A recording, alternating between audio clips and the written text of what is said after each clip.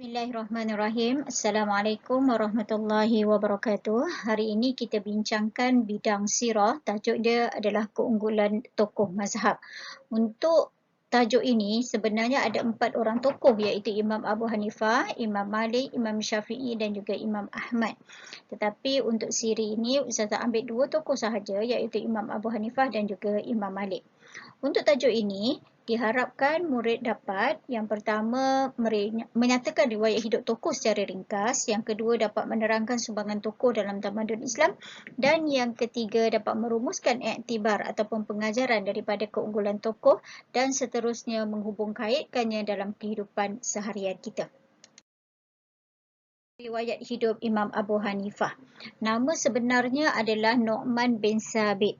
Lahir pada 80 Hijrah di kota Kufah, iaitu di Iraq. Dan beliau wafat pada 150 Hijrah dan gelaran, kunyah tu adalah gelaran ya. Gelarannya adalah Abu Hanifah. Kenapa dia digelar Abu Hanifah? Nanti kita akan bincangkan selepas ini. Okey, seterusnya kepribadian. Dia seorang yang sangat memuliakan ilmu pengetahuan, cintakan ilmu pengetahuan, suka mencari ilmu. Kemudian yang kedua, kuat beribadah seperti sentiasa melakukan solat sunat, qiyamul lail, berpuasa sunat dan selalu mengkhatam Al-Quran. Beliau juga seorang yang pemurah dan juga penyayang. Seorang yang sangat dermawan. Jadi ada satu riwayat mengatakan ada seorang sahabat ni telah berhutang sebanyak 4,000 dirham. Ya, nama dia Ibrahim bin Uyainah. Jadi Imam Abu Hanifah ni bila dia tahu Ibrahim bin Uyainah ni berhutang, dia berhutang, lepas tu dia dipenjarakan, maka dia telah mengeluarkan harta yang dia ada untuk membayarkan hutang bagi pihak Ibrahim bin Uyainah. Kemudian dia juga sifat peribadi dia yang sangat mulia juga adalah tidak terpengaruh dengan tawaran jawatan dan juga kedudukan yang diberikan. Okey, waktu pemerintahan khalifah pernah menawarkan jawatan kepada dia sebagai hakim, tapi dia telah menolak jawatan tersebut. Ya, jadi dia tidak menggunakan peluang yang dia ada untuk kepentingan peribadi dia. Seorang yang sangat tawaduk, seorang yang sangat wara'. Walau bagaimanapun, Imam Abu Hanifah ni sebenarnya dia kaya. Dia sebenarnya pekerjaan dia adalah peniaga, ya, peniaga. Antara kepribadian tambahan lagi adalah dia ni seorang yang sukakan kepada kebersihan. Jadi dia sentiasa menukar pakaian dia, pakaian yang baru, dan pernah ada riwayat mengatakan ada pakaian dia yang berharga 30 dinar. Bayangkanlah 30 dinar. Dinar itu adalah wang emas. Kalikanlah dengan 30 dinar. Kalau emas pada hari ini 1 gram lebih kurang harga dia RM230. Okey, 1 dinar bersamaan dengan 4.25 gram. 4.25 gram. Bayangkanlah kalau dia punya pakaian pernah dia miliki berharga 30 dinar. Bermaksud dia ini orang yang sangat kaya dan juga dia sentiasa menjaga keterampilan, sentiasa menjaga kebersihan. Kenapa?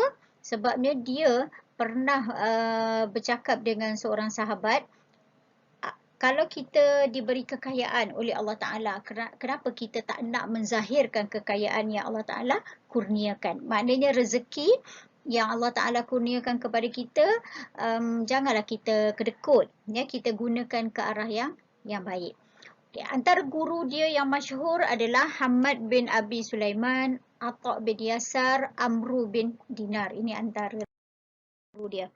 Baik, kunyah dia adalah Abu Hanifah. Kenapa dia digelar Abu Hanifah? Okay, ada riwayat mengatakan ada 3 sebab kenapa dia digelar Abu Hanifah. Iaitu salah seorang anaknya bernama Hanifah. Ya, riwayat mengatakan anak sulungnya bernama Hanifah. Yang kedua, dia suka dan juga rajin beribadah dan juga suka melakukan kebaikan melebihi daripada orang lain. Ya, jadi sebab itulah dia digelar Hanifah. Dan yang ketiga sebabnya dia sering membawa botol dakwat untuk dia mencatat Ya, ilmu mana-mana guru yang dia jumpa, yang dia dapat ilmu, dia akan tulis ya ilmu yang dia miliki. Sebab itulah 3 gelaran ini, 3 sebab kenapa beliau digelar sebagai Abu Hanifah. Ya. Ilmu yang ada di dalam buku teks ni antara tokoh mazhab Hanafi. Imam Abu Hanifah dia adalah pengasas kepada mazhab Hanafi ya. Pengasas kepada mazhab Hanafi. Mazhab tu apa? Dia sebenarnya adalah idea pemikiran ya. Dia bukannya ilmu baru. Benda itu adalah ilmu yang diambil daripada Al-Quran dan juga Sunnah, cuma dikembangkan kepada fahaman lah, kepada fahaman. Okey, spektrum ilmu tokoh mazhab Hanafi antaranya adalah Abu Hasan Al-Karbi, Alauddin Al-Kasani, Ibnu Abidin, Muhammad Syarkasi, Jamaluddin Az-Zailan. Okey, jadi yang ini antara tokoh-tokoh besar ya mazhab Hanafi. Baik, Imam Abu Hanifah dalam dia mencari ilmu, dalam dia menuntut ilmu, dia mendalami ilmu fiqah kerana berpendapat ilmu fiqah ini memerlukan kepada kemahiran dan juga pertimbangan akal yang mendalam dalam menguasai sesuatu hukum dengan baik. Nak menentukan hukum, memang di dalam Al-Quran kadang-kadang dia bagi hukum itu yang dasar. Kemudian diperincikan dengan hadis ya. Hadis yang ditunjukkan oleh Rasulullah melalui percakapan, melalui perbuatan baginda, melalui pengakuan baginda. Daripada situlah kadang-kadang akan berkembangnya ilmu fiqah ya, daripada dasar itu menjadi pecahan-pecahan, furuk-furuk ya, pecahan-pecahan yang terlalu banyak, terlalu kompleks. Jadi dengan kemahiran ilmu yang ada, maka ulama-ulama yang tersohor ini dia telah mengeluarkan satu fatwa. Itu daripada itulah terbitnya ilmu fiqh. Baik, sumbangan Imam Abu Hanifah kepada tamadun Islam. Karya, ya, yang pertama hasil karya. Karya dia yang paling masyhur adalah dalam kitab fiqh ialah Al-Faraid, Fiqh Al-Akbar, Al-Ilmu wal Muta'allim. Ini antara karya dia yang paling masyhur. Okey, Imam Abu Hanifah dia pakar dalam bidang fiqh ya. Itu antara kitab-kitab yang dia tulis di dalam bidang fiqh. Kemudian mazhab Hanafi ini ideologi lah kita kata ya. Mazhab Hanafi itu tersebar di seluruh Asia Tengah dan juga Eropah. Jadi orang-orang yang duduk dekat bahagian Asia Tengah dengan bahagian Eropah sana, mereka kalau melakukan amal-amal ibadah ke, okey, mereka akan menggunakan pendapat mazhab Hanafi ya, Hanafi. Okey, antara murid yang terkenal dia adalah Abu Yusuf Muhammad Hasan Al-Syaibani, Zufar bin Al-Huzail. Ini orang-orang yang hebat dalam mazhab Hanafi lah. Seterusnya dia mengasaskan mazhab Hanafi berdasarkan kepada aqwal as-sahabah, iaitu kata-kata ataupun pendapat para sahabat. Kemudian dia menentukan sesuatu hukum, dia tengok kepada kias. Ini ilmu-ilmu ataupun cabang-cabang ilmu yang ada di dalam bidang fiqh lah. Kemudian kaedah yang digunakan, kaedah istihsan. Kemudian dia minta pendapat ijma'. Ijma' ni pendapat ulama'-ulama'. Dan juga dia tengok uruf. Uruf tu maksud dia setempat, keadaan setempat. Daripada situ boleh dijadikan dia sebagai hukum ya. Walau bagaimanapun uruf itu mestilah tidak bercanggah dengan Al-Quran dan juga Sunnah. Ini riwayat hidup berkenaan dengan Imam Abu Hanifah. Riwayat Imam Malik. Imam Malik nama sebenarnya adalah Malik bin Anas Al-Madani. Ya, dia memang lahirnya dekat Madinah, sebab tu laqab dia, dia punya kaitan nama dia tu dikaitkan dengan Al-Madani, ya, merujuk kepada negara kota Madinah. Dia lahir pada 93 Hijrah dan meninggal pada 179 Hijrah. Okey, kunyah dia adalah Abu Ubaidah, Abu Abdullah, Abu Abdullah. Okey, kepribadian, sifat peribadi yang ada pada Imam Malik ini. Dia sangat-sangat mencintai Rasulullah sallallahu alaihi wasallam sehingga kan dia tidak sanggup menunggang kuda di kota Madinah. Kerana apa? Kerana dia menghormati jasad Rasulullah yang dimakamkan di sana. Kita sedia maklum bahawa Rasulullah dimakamkan di Masjid Nabawi, ya. Masjid Nabawi itu dekat Madinah lah. Jadi makam Rasulullah, jasad mulia Rasulullah ada di kota Madinah. Sebab itulah Anas bin Malik dia tidak sanggup menunggang kuda di kota Madinah. Bukan sebab dia tak pandai tunggang kuda. Bukan sebab dekat Madinah tak ada kuda. Bukan. Tetapi sebab dia menghormati jasad Rasulullah yang ada dimakamkan di sana. Kemudian, dia juga peribadinya, dia sangat menghormati dan mencintai ilmu dengan berpegang teguh dengan prinsip murid mencari guru. Ini sangat bagus prinsip yang diamalkan oleh Imam Malik. Murid kena cari guru, barulah benda tu dapat keberkatan. Bukannya guru cari murid. Sekarang situasi dia dah agak terbalik.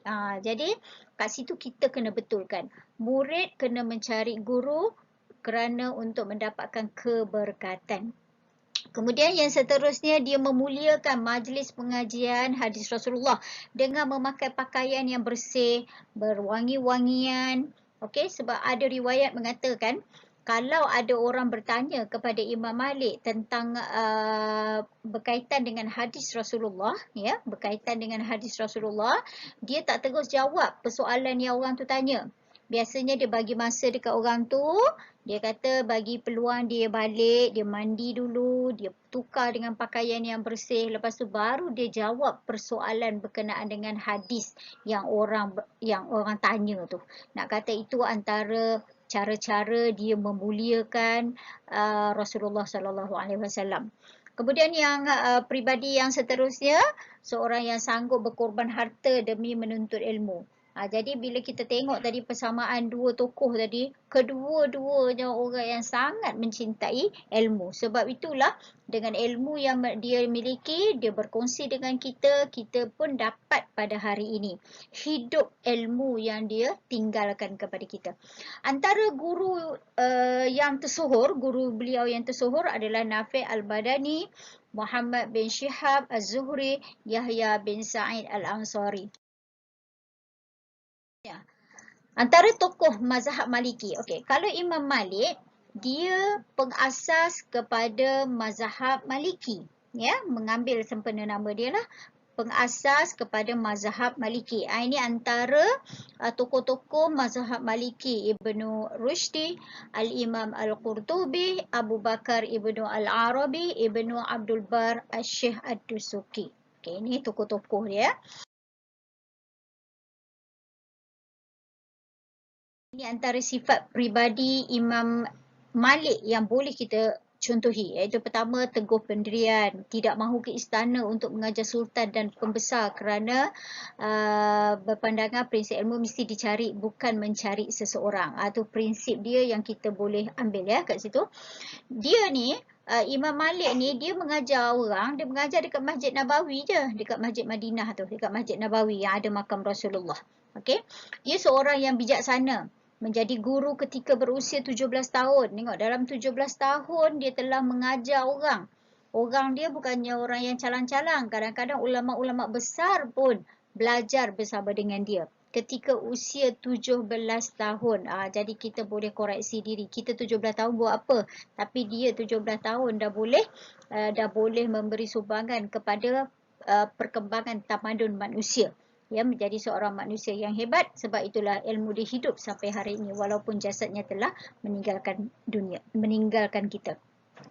Yang ketiga, seorang yang cerdas dan juga kuat daya ingatan, mampu menghafal Al-Quran dan hadis sejak berusia kecil lagi. Memang sangat hebatlah, daya ingatan yang sangat kuat. Ya, orang-orang yang macam ni, diorang memang hafal Quran daripada peringkat kanak-kanak lagi. Memang sangat kecil, jadi pemikiran tengah bersih sebagainya, mudah untuk masuk ilmu tersebut. Kemudian yang seterusnya, seorang yang tawaduk, Ya, dia turun daripada kuda sebaik memasuki Madinah. Nak kata tadi kan, tadi dah sentuh dah. Kenapa dia tak tunggang kuda dekat Madinah? Kerana dia menghormati jasad Rasulullah yang ada dimakamkan di kesungguhan Imam Malik dalam menuntut ilmu, sanggup berpandang terik dan juga menahan kesejukan demi mencari ilmu kerana berpegang pada prinsip seseorang itu tidak akan sampai kepada apa-apa yang dihajati daripada ilmunya sehingga dia benar-benar sanggup berkorban dalam apa jua keadaan. Ini kata-kata dan juga prinsip yang boleh kita amalkan dalam kehidupan kita. Sumbangan Imam Malik pula. Sumbangan Imam Malik, karya yang paling hebat yang dia tinggalkan sampai hari ini adalah kitab Al-Muwatta'. Nama je kitab Al-Muwatta' memang karya Imam Malik. Tidak ada orang yang buat kitab ini, tulis kitab ini. Dan kitab ini sebenarnya gabungan di antara bidang fiqh dan juga bidang fiqh dan juga bidang hadis. Okey, himpunan dekat dalam ni antaranya adalah kitab-kitab ataupun hadis-hadis yang sahih daripada Rasulullah sallallahu alaihi wasallam. Sebelum adanya kitab Sahih Muslim, Sahih Bukhari, kitab yang paling utama adalah kitab Al-Muwatta'. Pernah satu ketika khalifah mereka ni Imam Abu Hanifah dan juga Imam Malik, mereka lahir pada zaman kerajaan Bani Abbasiyah ya. Jadi waktu pemerintahan Khalifah Abu Ja'far Al-Mansur, dia telah meminta Imam Malik ni menulis satu buku, satu kitab yang boleh menjadi rujukan ya. Jadi dia telah menghasilkan kitab Al-Muwatta', dan kitab Al-Muwatta' ini memakan masa selama 40 tahun.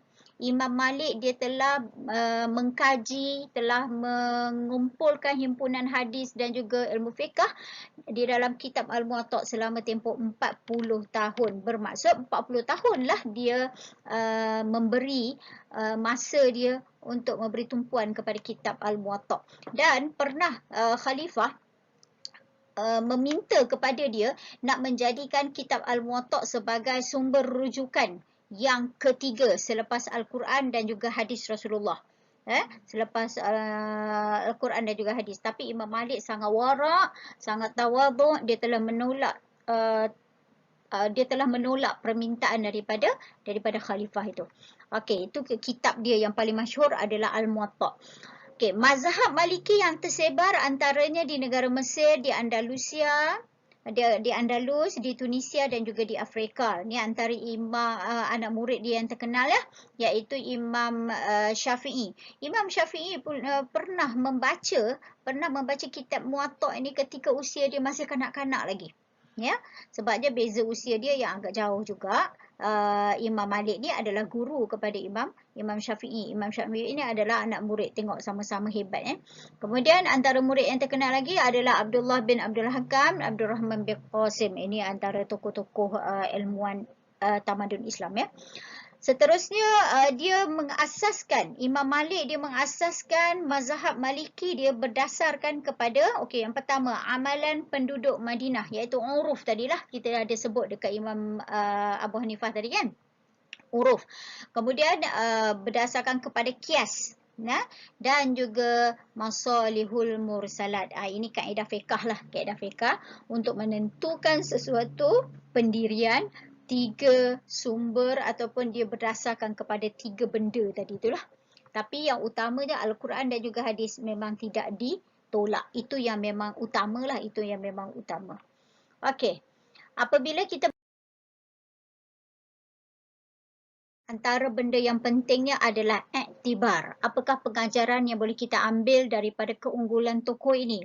Jadi Ustazah ambil hari ini 2 ya keunggulan iktibar yang boleh kita ambil, iaitu yang pertama, kita sebagai umat Islam hendaklah mencontohi kegigihan dan juga kesabaran para imam dalam menuntut ilmu. Isi dia adalah sabar dalam menuntut ilmu. Okey, huraian dia apa? Sebagai bukti kecintaan kita terhadap ilmu agar cemerlang di dunia dan juga di akhirat. Itu huraian dia lah. Kemudian yang kedua, kita hendaklah menghormati peribadi pandangan yang berbeza antara mazhab supaya masyarakat hidup harmoni. Sebenarnya, tadi Ustazah dah cakap tajuk ni adalah 4 mazhab. 4 mazhab itu bukannya untuk memecah belahkan kita. Tetapi sebenarnya bila ada pendapat, okey, mazhab Hanafi cakap apa, mazhab Maliki cakap apa, mazhab Syafi'i cakap apa, mazhab Hambali kata apa. Tetapi hari ini kita pokok dua kan, Imam Abu Hanifah dan juga Imam Malik. Jadi pendapat berbeza itu menunjukkan bahawa kita sebenarnya boleh hidup dalam keadaan harmoni. Tidaklah kata orang itu dia lebih, orang ni kurang, orang ni yang ilmunya yang tepat, orang tidak. Sebenarnya tidak. Kenapa? Mazhab-mazhab ini, mereka ini tidak berpecah, tidak berselisih pada perkara pokok, tetapi perkara furuk, perkara cabang. Rasulullah kan diutuskan menjadi Rasul selama tempoh 23 tahun. Apa yang Nabi buat, apa yang Nabi cakap, daripada situlah digunakan hujah-hujah untuk menentukan sesuatu kaedah ataupun sesuatu hukum. Okey, itu sajalah untuk tajuk hari ini, iaitu keunggulan tokoh, iaitu Imam Abu Hanifah dan juga Imam Malik. Assalamualaikum warahmatullahi wabarakatuh.